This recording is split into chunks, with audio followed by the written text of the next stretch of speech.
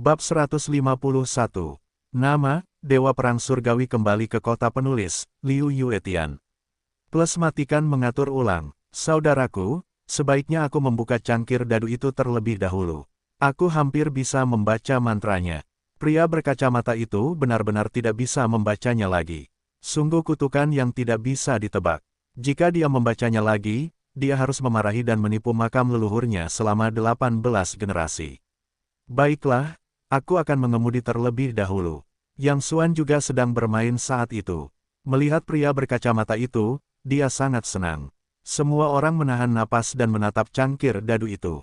Yang Xuan sengaja melakukan tindakannya dengan sangat lambat, dan kacamatanya penuh dengan harapan, tetapi yang dia harapkan adalah bahwa bocah itu akan kehilangan semuanya pada saat dadu itu keluar. Langit dan bumi bekerja dengan baik. Penipu tidak bisa mati dengan baik. Buka, Yang Xuan memarahi lagi dan tiba-tiba mengangkat tangannya. Semua orang menatap sekeliling ketika mereka melihat poin-poin di dalamnya. Pria berkacamata dan pejabat itu berdiri di tempat mereka berada, wajahnya menjadi lebih putih dari kertas, sudut mulutnya terus-menerus berkedut, dan bahkan kakinya menjadi lunak. 66. Macan tutul besar. Ya, setelah orang banyak bereaksi, mereka mulai bersorak, seolah-olah mereka telah memenangkan uang mereka sendiri. Para penjudi ini telah menanam banyak uang di kasino. Beberapa orang dapat memenangkan kasino. Tentu saja, mereka bersorak dan membantu mereka. Apa yang kamu lakukan? Kehilangan uang. Yang Xuan berkata dengan senyum santai, menurut peluang, tanganku sekitar lebih dari 400 juta. Bahkan jika itu sebagian kecil, berikan saja 400 juta. Seluruh kasino bersorak. Pria berkacamata dan petugas dengan kulit hitam melihat ekspresi tersenyum Yang Xuan. Pria berkacamata itu tiba-tiba mengerti apa dan berkata dengan marah, kamu curang. Dia hanya bereaksi. Saya khawatir bocah itu telah melihat kecurangan dari 6 dadu. Pada awalnya, dia sengaja berpura-pura menjadi seorang pemula dan memegang langkah besar. Curang, Yang Xuan hehe, sekarang setelah dia cukup bersenang-senang, dia menyingkirkan wajah tersenyumnya, meletakkan 6 dadu di telapak tangannya, menyipitkan matanya dan berkata, jika kamu tidak curang terlebih dahulu, bagaimana mungkin aku punya kesempatan? Katakanlah, 5 jari tiba-tiba saling berdekatan, terbuka lagi, semua orang menarik napas. 6 dadu itu dihancurkan oleh Seng Seng, dan puing-puingnya bercampur dengan kilau logam yang mengalir. Itu merkuri. Seorang pria segera melihat bahwa itu mencurigakan dan berkata dengan marah, yah, tidak heran aku kalah di sini. Dadu-dadu itu diisi dengan merkuri. Dadu yang diisi dengan merkuri dapat mengocok beberapa poin jika Anda mau di tangan seorang ahli profesional. Baru saja Yang Xuan melihat bahwa itu mencurigakan.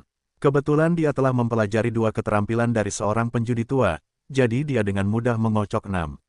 Sialan, kamu curang. Pantas saja aku selalu kalah. Bagaimana aku bisa menyelesaikan ini? Kembalikan semua uang yang kami hilang sebelumnya. Tidak, mereka yang mengaturnya sendiri. Jika mereka membayar ganti rugi 1000 kali lipat, mereka harus mematahkan 3 jari. Kehilangan uang dan hancurkan jari-jarimu. Sekelompok penjudi yang marah mulai berteriak, dan semua kemarahan mereka tersulut. Pria berkacamata itu segera mengirim pesan, dan segera dia menyerbu masuk puluhan pria berpakaian hitam yang ganas. Namun para penjudi ini bukan vegetarian. Mereka berteriak, apa yang terjadi? Mereka telah terbongkar, sekarang mereka mulai menggunakan kekerasan. Kami tidak takut, ayo, bunuh kami. Sekelompok orang, mulai mendorong dan menyikut dan segera membentuk bola. Kakak, tolong ikut aku dan belikan secangkir teh untukmu. Pada saat ini, kacamata itu tidak lagi disamarkan, dan cahaya dingin melintas di mata mereka. Beberapa anak pengasuh yang menyamar sebagai tamu mengelilingi mereka dan menatap Yang Xuan dengan ganas. Yang Xuan tampak santai, tersenyum dan mengangkat bahu, baiklah, aku hanya haus. Pria berkacamata itu membawa Yang Xuan ke sebuah ruangan gelap. Saudaraku, jangan membenciku, kau berada di tempat yang salah. Pria berkacamata itu menggelengkan kepalanya dan tersenyum. Sebenarnya, dia tidak jahat. Dia tahu betul konsekuensi apa yang akan dihadapi orang ini nanti. Melihat penampilan orang itu yang masih muda, dia merasa sedikit kasihan di dalam hatinya. Yang Xuan tersenyum. Dia bisa melihat bahwa sifat pria itu tidak jahat. Dia tersenyum dan berkata, aku akan memberimu nomor. kau bisa menelepon nomor ini langsung besok. Kemudian dia melaporkan nomor Liu lagi. Dia sangat puas dengan kemampuan akting pria berkacamata tadi. Dia benar-benar ingin mendorong pria ini ke Liu. Dia mungkin aktor yang bagus. Baiklah, ingat, tapi jangan terlalu berharap. Aku hanya antek kecil. Aku akan melakukan sebanyak yang aku bisa. Pria berkacamata itu jelas salah memahami maksud Yang Xuan dan mengira Yang Xuan ingin mempercayakan keluarganya kepadanya. Tetapi Yang Xuan tidak menjelaskan terlalu banyak. Dia hanya tersenyum. Setelah menghela nafas, pria berkacamata itu berbalik dan pergi bersama mereka. Setelah beberapa saat, pintu didorong terbuka lagi. Tetapi itu bukan pria berkacamata, tetapi 7 atau 8 pria besar dengan mata jahat. Pemimpinnya bukan orang lain. Itu adalah Musang yang membuat masalah di Departemen Proyek Sunan terakhir kali. Kamu cukup berani untuk membuat masalah di sini dan berkata, siapa yang mengirimmu, Yuan Datu? Teriak Huang Mao dengan suara yang dalam. Karena cahayanya agak gelap, dia tidak mengenali Yang Xuan pada awalnya. Sepertinya kamu memiliki harapan yang besar. Kamu tidak mengingatku secepat ini. Yang Xuan mengetukkan kakinya dan bercanda. Setiap kali dia melihat Musang, dia memiliki rasa gembira yang tidak dapat dijelaskan di dalam hatinya.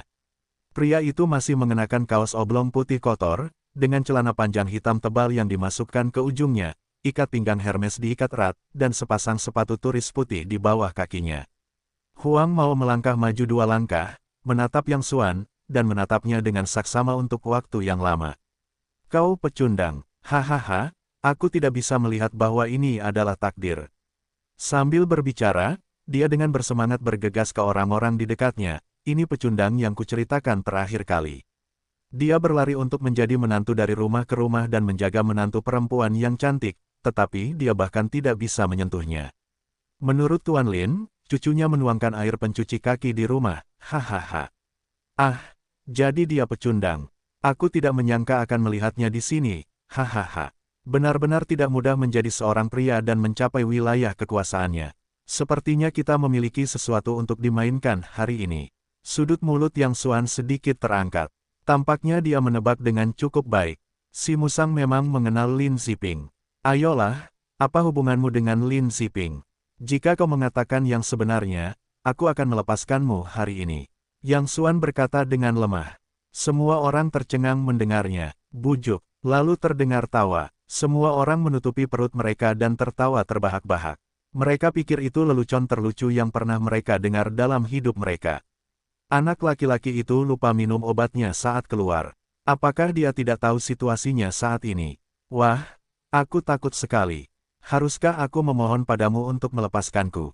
Si Musang tersenyum lebar hingga air matanya keluar dan berkata, baiklah, aku akan memberitahumu. Aku akan mengatakan yang sebenarnya. Istrimu akan menanam rumput di kepalamu cepat atau lambat. Lin Ziping telah membuat rencana yang disengaja untuk menantu perempuanmu. Dia secara khusus memintaku untuk membawa seseorang ke sana untuk mencari kesalahan, dan kemudian datang sebagai pahlawan untuk menyelamatkan Amerika Serikat. Seperti yang kau lihat, menantu perempuanmu sangat memuja Lin Ziping hari itu, tetapi menurut Lin Ziping, menantu perempuanmu benar-benar tidak masuk ke dalam minyak dan garam. Tidak peduli apapun yang dia lakukan padanya, dia tidak akan ketahuan. Dan dia juga memberitahu Lin Ziping bahwa dia hanya mencintai suaminya dan meminta Lin Ziping untuk menjaga jarak darinya. Aku tidak bisa melihat anak laki-lakimu cukup menawan, tetapi jangan terlalu cepat senang. Siapa yang menjadikan menantu perempuanmu Nona Lin Ziping? Cucu itu bukanlah ide yang menyenangkan. Dia bilang kalau menantu perempuanmu tidak pakai kondom, kalau lembek, dia akan ereksi. Besok dia akan cari alasan buat ngajak menantu perempuanmu makan malam. Dia bahkan udah siapin obatnya. Nanti dia lupa masukin ke minuman. Menantu perempuanmu nggak bisa minum sesuka hatinya. Ledakan, Yang Xuan, tiba-tiba ngebanting meja dengan keras, dan cahaya dingin berkilat di matanya. Dia teriak dengan suara berat, dia beneran ngomong gitu.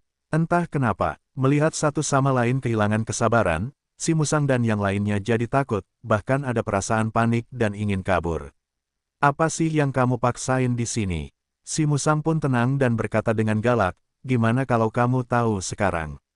Pokoknya, besok kamu nggak boleh lihat matahari. Oke, aku udah cukup bersenang-senang. Aku kasih kamu waktu, tapi aku harus berbaring di tempat tidur seumur hidupku. Lalu dia melambaikan tangannya yang besar, pergi. Beberapa pria besar di belakangnya meraba-raba palu, belati, dan senjata mematikan lainnya yang telah disiapkan dari pinggang belakang, dan mendekati Yang Xuan dengan wajah yang ganas. Nak, kamu hanya bisa menyalahkan dirimu sendiri. Di mana kamu mengambil barang-barang? Kamu harus datang ke ladang saudari Long dan siap menanggung akibatnya. Sambil berkata, beberapa senjata pembunuh pria besar jatuh ke arah Yang Xuan pada saat yang sama.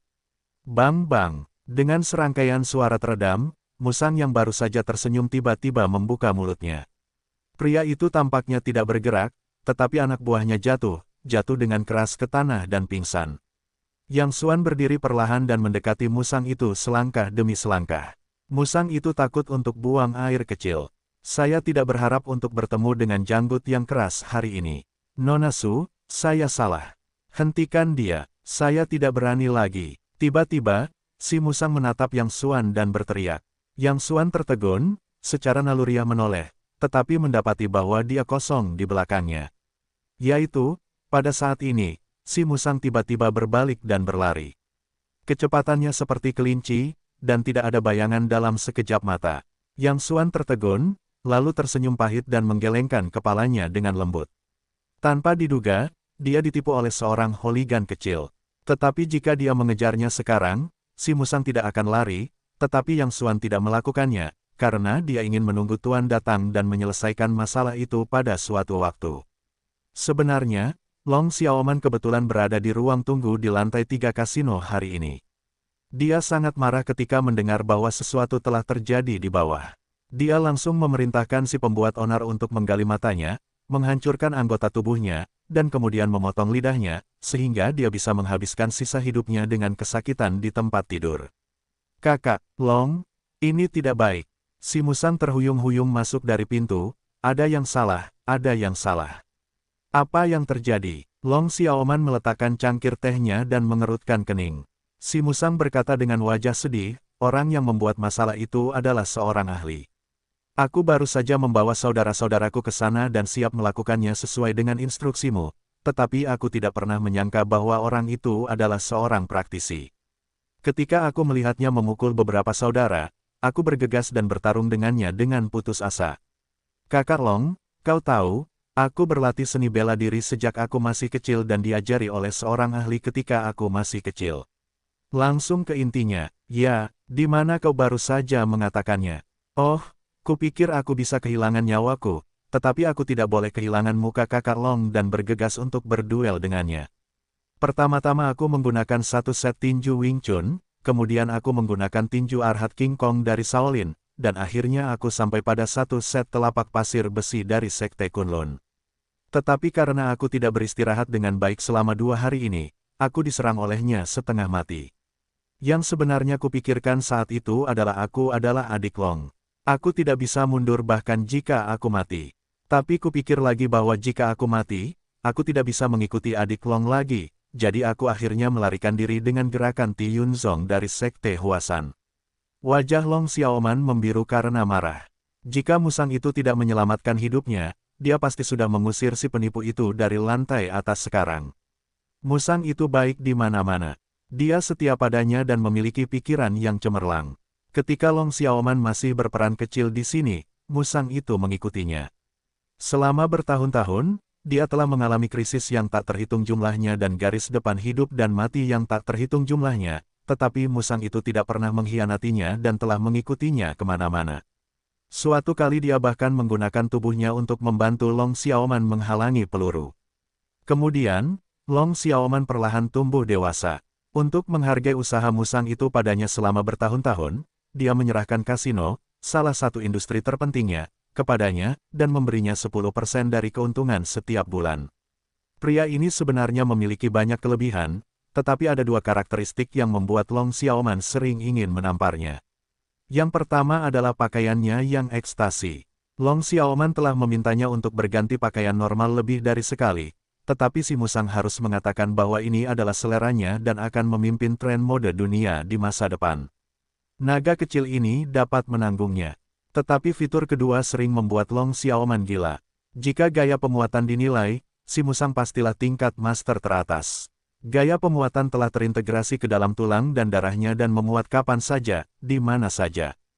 Ketika orang lain kaya, mereka makan makanan lezat setiap hari, tetapi dia harus mengatakan bahwa dia percaya pada agama Buddha dan ingin menjadi vegetarian. Dia tidak menyentuh daging apapun di depan umum. Tetapi menurut banyak orang, pria ini diam-diam makan daging rebus di rumah setiap hari. Kapan kamu masih memuat di sini? Long Xiaoman berkata dengan marah, bahkan jika kamu ingin berpura-pura, bisakah kamu mengerjakan pekerjaan rumah terlebih dahulu? Apakah telapak pasir besi itu dari sekolah Kunlun? Dan Tianzongmu dari sekolah Huasan? Itu dari sekolah Wudang. Bahkan aku tahu itu. Si Musang tersipu dan berkata sambil tersenyum, itu salah. Hei, itu salah. Seperti apa rupa pria itu? Long Xiaoman menarik napas dalam-dalam untuk menenangkan suasana hatinya. Meskipun dia tentu saja tidak percaya omong kosong yang baru saja dikatakan si Musang, satu hal dapat dipastikan bahwa pria itu benar-benar pandai berkelahi. Kalau tidak, dengan kepribadian Musang yang suka berwajah, dia tidak akan meminta bantuannya. Aku berusia 20-an, aku terlihat sangat biasa, aku berpakaian seperti pedagang kios, dan aku telah menjadi menantu dari pintu ke pintu. Aku tidak menyangka akan memiliki dua kuas. Kakak Long, jangan khawatir. Aku telah meminta orang untuk menghubungi serigala hitam ketika serigala hitam datang. Tunggu, Long Xiaoman tiba-tiba mengangkat tangannya dan merenung sejenak, apakah pria itu Yang Xuan? Melihat sosok yang seksi, lekuk tubuh yang indah, dan kecantikan yang dingin dan sombong di depannya, Yang Xuan mulai memikirkannya. Benar saja, seperti yang dia duga, Long Xiaoman, iblis wanita legendaris yang memanggil angin dan hujan di Jianghu bawah tanah Nanjiang, adalah kenalan lama yang dia kenal sebelumnya. Melihat bantuan, orang-orang bahkan tidak menyapa. Yang Xuan tersenyum dan mengingat adegan ketika dia dan Long Xiaoman bertemu untuk pertama kalinya. Sekarang mereka masih merasa sangat menarik. Saat itu, Long Xiaoman dibius dan dimasukkan ke dalam karung. Jika dia tidak baru saja bertemu dengannya, dia pasti sudah terekspos di hutan belantara sekarang. Jangan bicara omong kosong. Apa yang kamu katakan tadi? Long Xiaoman melotot tajam ke arah pria ini, yang aneh, karena beberapa pengalaman khusus dalam proses pertumbuhan membuat Long Xiaoman memiliki ketidaksukaan yang tidak dapat dijelaskan terhadap pria. Terutama pria yang menatapnya dengan mata jahat harus disingkirkan olehnya. Tetapi ketika mata pria itu berputar-putar padanya, dia tidak merasa marah sama sekali. Bahkan tanpa disadari, dia sengaja melipat kedua kakinya yang panjang untuk menunjukkan sisi provokatifnya. Yang Xuan menyentuh dagunya dan berpikir, baiklah, menurut perkiraanmu, aku menang lebih dari 400 juta. Dengan janjimu untuk memberikan kompensasi 100 kali lipat, itu 100 juta lagi, yang jika dijumlahkan menjadi lebih dari 500 juta. Katakan saja 500 juta yuan. Demi menjadi teman lamamu, beri kamu diskon dan dapatkan aku 300 juta yuan. Selesai. Dasar kentut, siapa yang lebih tua darimu? Long Xiaoman menamparkan meja dengan kejam. Apa kamu gila? Apa kamu tahu berapa banyak kerusakan yang baru saja kamu lakukan pada reputasi kasino ini? Mungkin aku tidak bisa membuka kasino ini di masa depan. Apa kamu tahu berapa kerugiannya? Sekarang kamu masih meminta uang kepadaku. Apa kamu gila? Yang Xuan mengangkat bahu tanpa daya. Aku berkata, Bibi, bisakah kamu masuk akal? Jelas bahwa kamu menipu orang. Sekarang ini salahku. Mengapa kita tidak pergi ke pengadilan untuk memberikan komentar? Paru-paru Long Xiaoman hampir meledak. Dia berpikir apakah orang ini idiot atau tidak dan kembali ke lapangan. Apakah dia tidak tahu apa yang dia lakukan? Jangan berpikir kamu bisa sombong dengan beberapa keterampilan tinju. Long Xiaoman berkata dengan dingin, ini wilayahku. Bahkan jika kamu bisa bertarung lagi, berapa banyak orang yang bisa kamu lawan? Sekarang aku hanya butuh perintah, ratusan orang akan menyerbu masuk dan memotongmu menjadi saus daging. Wow, betapa mengerikannya. Yang Xuan sengaja membuat ekspresi ketakutan, kalau begitu aku harus memikirkan apa yang harus dilakukan. Melihat pihak lain seperti ini, Long Xiaoman mengira pihak lain benar-benar takut. Dia tidak bisa menahan diri untuk bersenandung dengan dingin, bukan tidak mungkin bagiku untuk tidak menyelidiki masalah ini hari ini, tetapi aku tetap mengatakan bahwa kamu harus melakukan sesuatu untukku. Jika sudah selesai, apa yang kamu lakukan? Sebelum Long Xiaoman selesai berbicara, tubuh Yang Xuan tiba-tiba melesat, begitu cepat hingga ia tidak dapat melihat dengan jelas dengan mata telanjang. Long Xiaoman hanya merasa bahwa pria di depannya tiba-tiba menghilang, lalu bahunya seperti ditarik oleh suatu kekuatan yang kuat, lalu seluruh pria itu melesat maju.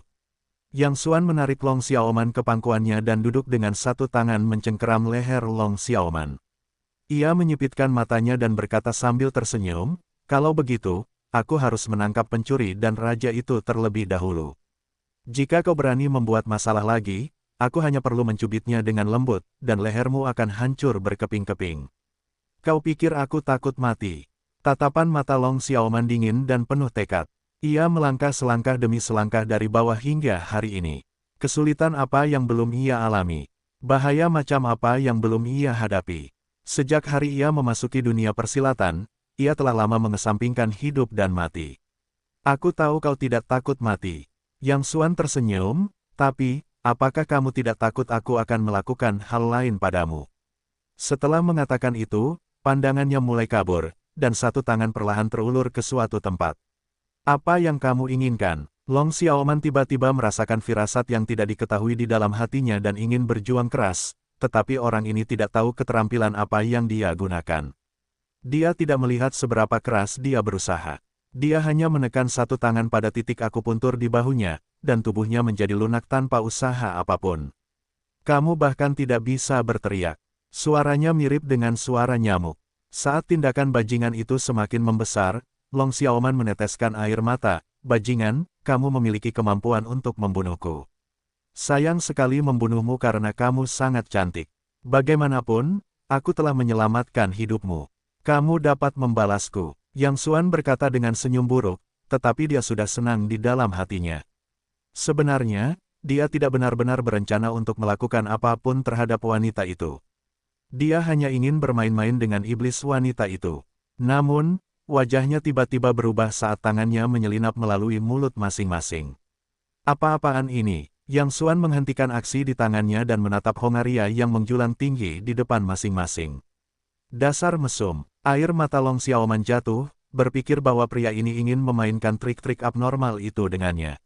Namun, tanpa mengucapkan sepatah kata pun, Yang Xuan meletakkan tangannya langsung ke leher masing-masing. Long Xiaoman memejamkan matanya rapat-rapat dan wajahnya penuh dengan keputusasaan. Namun, saat berikutnya, dia tiba-tiba merasakan sesuatu yang salah. Begitu pria itu memasukkan tangannya, dia menariknya keluar lagi pada detik berikutnya. Dia membuka matanya dengan curiga dan melihat bahwa lelaki itu sedang melihat liontin giok yang dikenakannya di dadanya dengan kedua tangannya. "Dari mana ini datangnya?" Wajah Yang Xuan tampak sedikit bersemangat. Liontin giok itu berwarna merah. Di bawah cahaya, ada garis-garis merah gelap yang mengalir di dalamnya, seperti darah. Rasanya hangat dan lembut di tangannya. "Bukan urusanmu." Long Xiaoman mengambil kesempatan untuk mendorong pria itu menjauh, memasukkan kembali liontin giok itu ke kerah bajunya, dan berkata dengan air mata di wajahnya, "Jika aku tidak memotongmu, dasar mesum, hari ini, aku tidak akan disebut Long." "Hei, apa yang kamu lakukan? Coba aku lihat lagi." Pada saat ini, perhatian Yang Xuan tertuju pada liontin giok merah darah itu. Melihat pihak lain menyimpannya lagi, dia dengan cepat mengulurkan tangannya ke kerah baju pihak lain. "Kamu tidak bisa berpikir." Long Xiaoman menutupi dadanya dengan kedua tangan. Dia baru saja siap untuk bangun, tetapi dia ditarik kembali oleh orang ini. Dia kehilangan pusat gravitasi di bawah kakinya dan duduk di kaki bajingan ini. "Jangan pelit, aku akan melihatnya saja," kata Yang Xuan sambil mengulurkan tangannya ke kerah baju pihak lain. Long Xiaoman kembali dicubit oleh pihak lain di bahunya dan tidak bisa bergerak. Dia takut kehilangan uang. Dia buru-buru berkata, "Jangan bergerak. Aku akan datang sendiri. Aku akan mengatakannya terlebih dahulu. Aku hanya diizinkan untuk melihat dan tidak menyentuh." Ledakan. Pada saat ini, pintu kamar pribadi tiba-tiba didorong terbuka, dan musang itu berlari dengan panik. "Kakak Long, ini tidak baik." Di tengah jalan, musang itu tiba-tiba berhenti dan menatap pemandangan yang luar biasa itu dengan wajah tertegun. Menurut pendapatnya, Kakak Long, yang tidak berbeda dengan Sang Dewi, sedang duduk di atas kaki seorang pria. Pria itu sedang menatap Hongaria milik Kakak Long. Kakak Long juga mengatakan bahwa dia hanya diizinkan untuk melihat dan tidak menyentuh musang berkeringat. Nima, apakah ini masih saudara perempuan naga yang harus saling mencongkel mata ketika pria lain melihat lebih banyak? Long Xiaoman tercengang. Wajahnya yang cantik memerah sampai ke telinganya. Jelas bahwa musang itu salah paham. Baru saja siap untuk menjelaskan, musang itu juga tenang dan buru-buru berkata, "Kakak Long, ini buruk. Kasino kita diserang oleh sekelompok orang. Saudara-saudara tidak tahan." Apa? Mendengar ini, Long Xiaoman dengan cepat berdiri dan berkata dengan suara yang dalam, "Apa yang terjadi?" Musang itu berkata dengan cemas, "Ada kekacauan di kasino tadi. Belum lama ini, sekelompok orang tiba-tiba menyerbu masuk dari luar. Ada ratusan nomor, semuanya elit. Itu jelas direncanakan sebelumnya. Sebagian besar orang kita ada di pintu masuk aula. Sudah terlambat untuk bergegas ke sini sekarang. Saudara-saudara sedang berjuang keras di luar. Kakak Long, kamu pergi ke pintu belakang. Aku bisa membawa saudara-saudara sebentar." Kentut, Long Xiaoman berkata dengan marah, "Aku ingin melihat siapa yang datang untuk mati. Kau dapat menghubungi serigala hitam itu segera." Kami telah menghubungi. Serigala hitam itu paling dekat dengan kita dan sedang dalam perjalanan ke sana, tetapi aku khawatir kita tidak akan bisa sampai sebelum serigala hitam itu tiba. Si musang berkata dengan cemas, "Kakak Long, sebaiknya kau cepat. Aku dan saudara-saudaraku ada di sini, dan sudah terlambat jika kau tidak pergi." "Diam." Long Xiaoman Sua mengeluarkan parang tajam dari punggungnya dan berkata dengan marah, "Karena seseorang mencari kematian, aku akan membantunya." Kemudian dia bergegas ke pintu dengan marah, dan si musang segera mengikutinya dengan wajah yang ganas. Saat ini, seluruh aula menjadi kacau balau.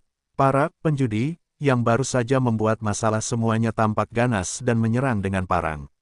Ada sekelompok orang tak dikenal di antara kerumunan itu. Bersama para penjudi, mereka mencoba yang terbaik untuk menyerang orang-orang dan kuda-kuda di pihak Long Xiaoman. Ada perbedaan besar dalam jumlah orang di kedua sisi, dan kelompok itu datang dengan persiapan pada pandangan pertama. Mereka semua adalah elit. 30 orang yang ditinggalkan oleh Long Xiaoman untuk melihat tempat itu benar-benar ditekan. Mereka tidak memiliki kesempatan untuk melawan. Mereka harus mati-matian menjaga koridor dan ingin bertarung untuk waktu agar saudara perempuan mereka, Long, melarikan diri. "Hentikan." Saat itu, tiba-tiba terdengar suara minuman Jiao di aula. Long Xiaoman keluar dari koridor dengan parang di tangannya. "Kakak Long, ayo pergi." Kakak tidak tahan. Sekelompok adik laki-laki yang berlumuran darah tidak dapat menahan diri untuk menunjukkan kecemasan ketika mereka melihat Long Xiaoman keluar.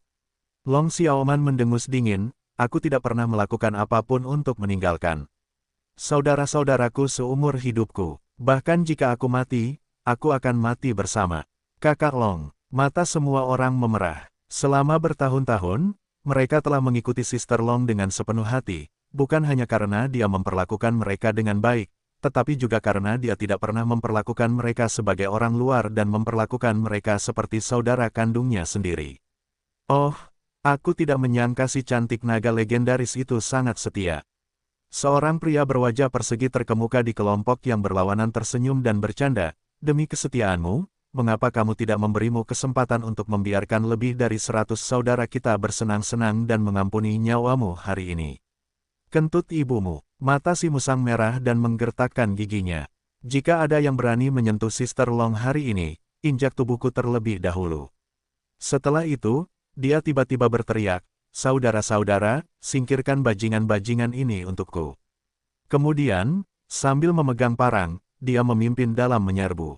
Adik-adik kecil lainnya dari aula naga juga berteriak untuk membunuh dan bergegas maju. Posisi Long Xiaoman di hati mereka adalah yang tertinggi, dan tidak ada ruang untuk penghinaan apapun. Meskipun dia tahu bahwa menyerbu juga berarti kematian, tidak ada yang mengerutkan kening. Pada saat yang sama, Long Xiaoman juga bergegas untuk membunuh, dan pisau baja menari seperti harimau. Ini mengejutkan lawan. Mereka tidak pernah berpikir bahwa sekelompok orang yang sudah dalam kekacauan ini dapat meledakkan semangat juang yang begitu ulet dalam sekejap, satu persatu seperti orang gila untuk bertarung dengan mereka. Terlebih lagi, Long Xiaoman, seorang wanita, memiliki keterampilan yang jauh melampaui harapan mereka. Dia sangat cepat, keras, dan akurat. Berdiri di depan, dia bahkan tidak memiliki waktu reaksi. Dia hanya berhadapan langsung dan ditebas ke tanah oleh Long Xiaoman. Musang dan yang lainnya juga membunuh mata merah, satu persatu seperti orang gila, dan segera membuat lawan mereka bingung. Namun, bagaimanapun juga, ada perbedaan kekuatan yang besar, dan pihak lain datang dengan persiapan. Situasi ini tidak berlangsung lama. Setelah melambat, beberapa orang berhadapan muka, dan aula naga ditekan di sini lagi. Long Xiaoman, kamu kalah. Ketika orang-orang di sisi aula naga berjuang dengan kekuatan terakhir, mereka akhirnya dikepung oleh lawan mereka. Siapa yang mengirimmu? Long Xiaoman berlumuran darah, dan dia juga ternoda. Kekuatannya habis dan dia tidak bisa melawan. Pria dengan wajah memimpin pihak lain itu tersenyum tipis. Baiklah, biarkan kamu mati untuk mengerti bahwa kami adalah orang-orang Zhou Ahu di Longkuan. Kami diperintahkan untuk mengambil nyawamu, Long Xiaoman. Hari ini tahun depan adalah hari kematianmu. Setelah itu, pria berwajah persegi itu berjalan perlahan ke depan sambil memegang pisau dan berwajah garang. Ambil saja nyawaku. Long Xiaoman menggertakkan giginya dan berkata, saudara-saudaraku malu. Pria berwajah persegi itu tersenyum dingin. Mereka semua mengatakan bahwa Long Xiaoman di distrik utara sangat setia. Sekarang itu benar. Baiklah, aku tidak akan mempermalukan kalian, saudara-saudara, di depan wajah kalian. Kalian dapat melanjutkan perjalanan dengan tenang. Kentutlah ibumu. Si musang berkata dengan marah, jangan bicara omong kosong di sini. Jika kalian ingin membunuhku, potong aku. Ketika kalian sampai di dasar, aku tidak akan membiarkan kalian pergi. Ya, kita hidup dan mati bersama dengan saudari Long. Adik-adik di aula naga juga menunjukkan kegigihan dan bersumpah untuk berdiri bersama Long Xiaoman sampai mati. Apakah kalian gila? Mata Long Xiaoman memerah. Cepatlah pergi. Ini perintah. Apakah kalian tidak mendengarkanku? Si musang tersenyum tipis. Saudari Long, jika kalian membiarkanku mati, aku tidak akan mengerutkan kening, tetapi hari ini, aku khawatir sulit bagiku untuk mematuhinya. Kau, mata Long Xiaoman berkaca-kaca dan berkata, baiklah, aku akan mati bersama saudara-saudaraku hari ini. Aku berutang padamu di kehidupan ini. Aku akan membayarmu di kehidupan selanjutnya. Ayo kita lakukan. Pria berwajah persegi itu tersenyum, kalau begitu aku akan membantumu. Setelah itu, pisau jagal diangkat tinggi-tinggi dan ditebaskan ke leher Long Xiaoman. Long Xiaoman menutup matanya dengan lembut dan wajahnya penuh dengan ketidakberdayaan dan keengganan. Meskipun dia telah mengesampingkan hidup dan mati sejak hari pertamanya di dunia persilatan, dia masih peduli dengan dunia saat ini. Jika dia bisa hidup dengan baik, siapa yang rela mati? Pisau jagal itu jatuh. Sial, namun saat bilahnya baru saja jatuh, terdengar suara benturan emas dan besi. Pria berwajah persegi itu hanya merasakan mati rasa di pergelangan tangannya, dan parang di tangannya terpental keluar dengan kekuatan yang kuat. Siapa? Pria berwajah persegi itu berteriak dengan suara yang dalam. Wanita cantik, kamu bersedia melakukannya. Bukankah ibumu mengajarkanmu untuk berbelas kasih saat melahirkanmu? Pada saat ini, sebuah suara samar tiba-tiba terdengar. Seorang pemuda biasa, dengan saku celana di tangannya, datang ke sini dengan wajah jenaka. Apa yang kau lakukan di luar? Cepatlah. Ini bukan urusanmu di sini. Long Xiaoman terkejut melihat bahwa itu adalah Yang Xuan. Dia pikir Yang Xuan seharusnya menyelinap melalui pintu belakang ketika dia bertarung tadi. Apa yang kau bicarakan? Yang Xuan tersenyum, mengulurkan tangan, dengan lembut mengusap sutra hijau yang tersebar di depan dahi Long Xiaoman di belakang telinganya, menyipitkan matanya dan berkata sambil tersenyum, aku sudah melihatnya dan menyentuhnya. Itu sudah menjadi wanitaku. Bisakah aku meninggalkanmu sendiri? Begitu kata-kata ini keluar, mata si musang dan yang lainnya tertuju ke arah mereka. Apa yang kau bicarakan? Long Xiaoman tersipu malu. Dia pikir orang ini benar-benar bajingan. Dia masih memanfaatkan dirinya sendiri saat ini. Saudara-saudara sedang menonton. Siapa kau? Pria berwajah persegi itu saling memandang dan tidak tahu apa-apa yang berbeda, tetapi dia merasakan kepanikan aneh di dalam hatinya. Akulah lelakinya. Yang Xuan menunjuk Long Xiaoman dan berkata, sekarang kau pukul wanitaku. Apa yang kau katakan? Siapa wanitamu? Long Xiaoman sangat marah hingga menghentakkan kakinya. Semua saudara di aula naga di sebelahnya menatapnya. Ini adalah dewi mereka yang tidak memakan kembang api manusia.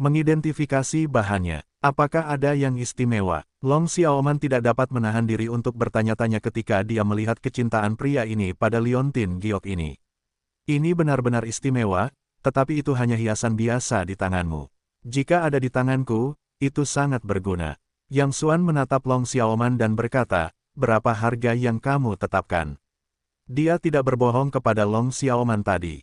Itu benar, benda ini tidak memiliki banyak fungsi yang dapat digunakan di tangan orang lain. Itu hanya hiasan saja. Namun, bagi Yang Xuan, giok ini merupakan salah satu bahan baku yang sangat diperlukan untuk membuat pedang, dan fungsinya bahkan lebih besar daripada bahan lainnya. Jika Anda ingin membuat dua pedang asli, logam yang Anda pilih harus sangat penting. Jika Anda ingin melelehkan logam seperti itu, bahkan teknologi modern yang paling canggih pun tidak dapat melakukannya. Ilmu pengetahuan dan teknologi manusia tampaknya telah berkembang, tetapi pada kenyataannya, dibandingkan dengan energi yang terkandung di alam, itu bahkan bukan debu dalam uang receh. Giok merah ini mengandung suhu yang sangat tinggi yang tak terbayangkan. Dengan liontin giok ini, Yang Xuan tidak perlu khawatir tentang cara melebur logam pada saat itu. Namun, Long Xiaoman tampak ragu-ragu, menggigit bibirnya dan berkata, maaf, saya tidak bisa menjual giok ini kepada Anda. Yang Xuan tertegun dan buru-buru menyingkirkan liontin giok itu karena takut pihak lain tidak akan memberikannya kepadanya. Dia berkata, mengapa? Anda dapat memberi saya sebanyak yang Anda inginkan. Itu tidak ada hubungannya dengan uang.